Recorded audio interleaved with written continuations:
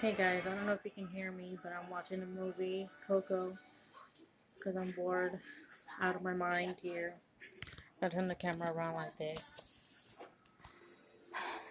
But what I want to say is that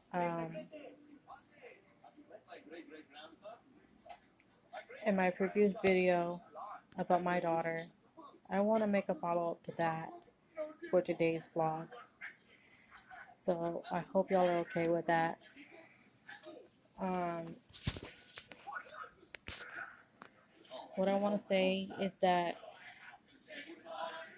after what my mom had did to my daughter, um, when she was one, she took her into a room. I know I'm a failed parent where I should have done more, but please be respectful for what I done, and I know I should have done more, like I said.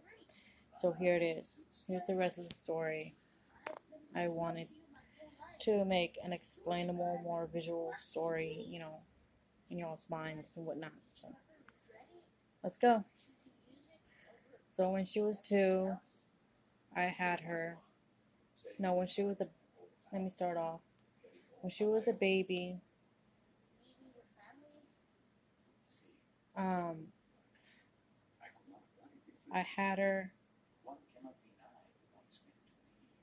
in my custody, and I still had rights at the time, and I was just living at the Wiggins there on Morgan in Corpus Christi, and I was just becoming a parent and finally got my first place of my own, and still new at this, and I was 19, my daughter was just a baby, and as I explained, I do apologize why I keep pausing because it's, from time to time it's going to be hard as I explain. So, um, when she was just a baby, I was in my apartment, sitting in my room. I can still remember this like if it was yesterday. I cannot forget that night or that day. I just thought it was an ordinary cold or whatnot that she was catching. I was like, okay, whatever. You know, I'm gonna help her get through this. I had the medicines and whatnot, so she kept waking up and go back to sleep, waking up and go back to sleep, and then out of the blue, I got scared and I was um, stupid. So when she started seizing really bad, when I mean seizing, I mean like having seizures. So when she was seizing so bad, her eyes went back of her head and she felt cold and she was really bad, and I was stupid. I called my mom, and when I should have called 911, and when I called 911, CPS got called, and then from there it got worse. She was dead for a moment.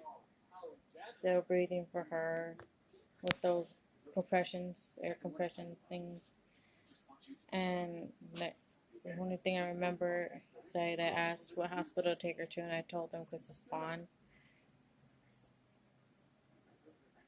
I remember, and what do you call it? Only reason why she started seizing is because we really didn't have enough food to go on. We had food stamps at the time, and we had like $500 in food stamps for us. And my mom promised that she'll give me back our food stamps. I know I'm not supposed to lend it out. It's illegal to lend out food stamps. That's mainly supposed to be the person that applied for, but I was scared of my mom, off and on. From time to time, I wasn't, then time on, I would be scared. So, uh, y'all can say whatever y'all want, but let me finish my story. So, We went to the hospital. I was hysterical, crying, wondering my baby was gonna live. I was talking to every doctor known to man, what was going on. They wouldn't tell me anything. My husband was there, but he wasn't crying. So from that day on, my mom didn't like him because he didn't shed a tear, or emotion that what was going on. Like she wanted him to show some reaction, but men are different. That's all I can say. Men are different than women. We are very emotional people, and my mom wanted him to be emotional, because that was his baby and all, but I kind of respect him for that. Because, like I said, everybody has their own griefs, how to mourn about, what was happening, what was about to happen, or what did happen. I don't know. But let me finish. Um, so they put her through MRIs and whatnot, and they couldn't find out the reason why she was having seizures.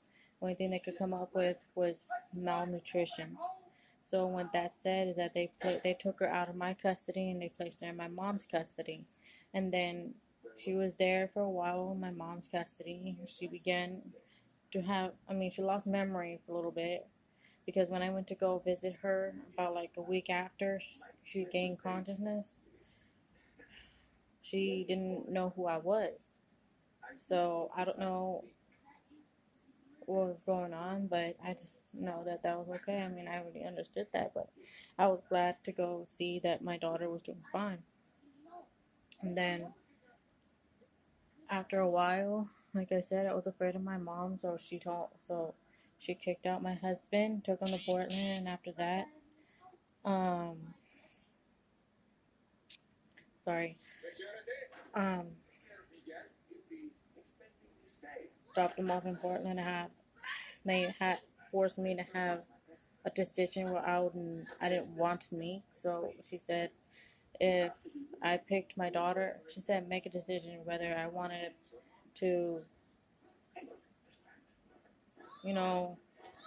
see my daughter. I would have to make a decision, either my daughter or my husband. If I picked my husband, I would never see my daughter again. So I did what a parent had to do. I had to pick my daughter. So we left him there, and I haven't seen my husband in over a year. We split because my mom didn't like him and she forced us to split. So while I was there taking care of my daughter at the time, she took away my cell phone because she thought I was going to be talking to him, and she didn't want me talking to him. So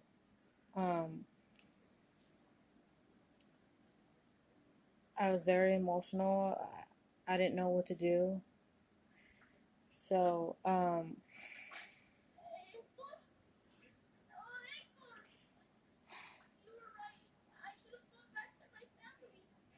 she called my mom called her friend, and her friend said to beat her because it's kind of part of discipline.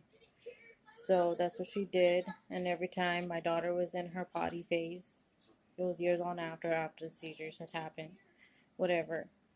And these are in her toddler years, and when she was in potty training, every time she pottied in herself, my mom would tell me to stay in the living room from time to time, in her living room, and she would take her to the room. As I explained, I know it's hard while I'm explaining this, and I hope it goes viral.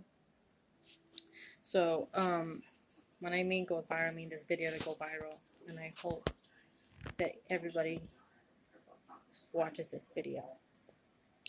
So back to the story. When my mom would discipline her, she would beat her really bad. She'll come out. The only reason why I know that she's beating her because she's screaming the life out of her. I can hear her slapping and hitting.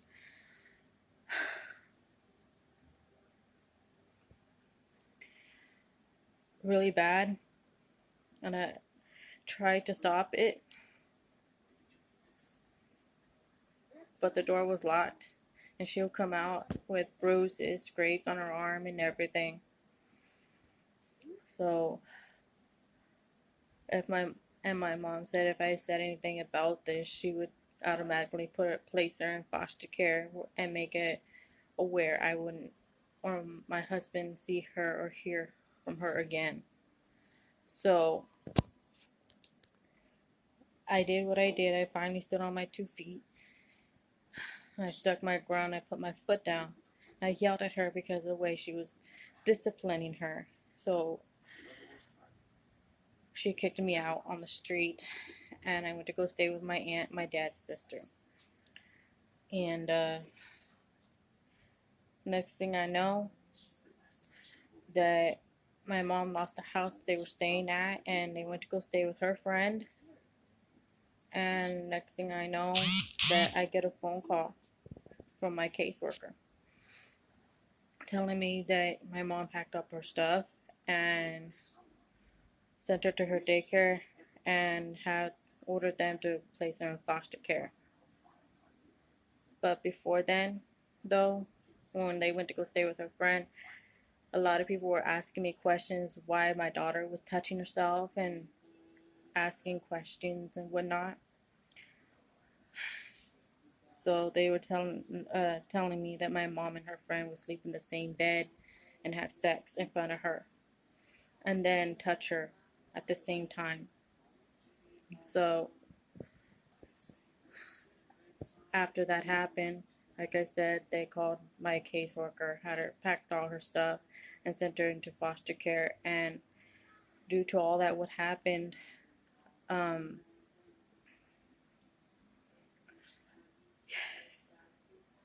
she has to be in therapy for quite a while, and I don't know when I'm gonna see her. And to this day, today, she's been adopted by a new family. My rights and my husband's rights were signed off because of what happened, and she's been adopted.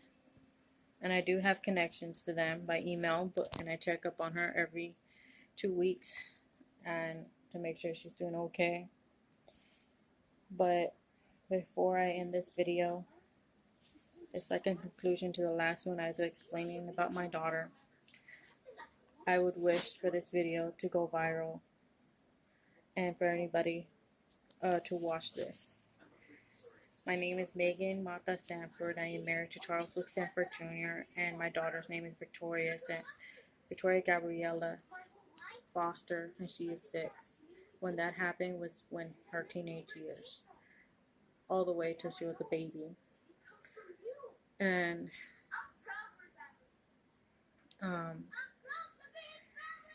the woman that did this was Edwina Gina Ramirez and her friend Linda Lozano.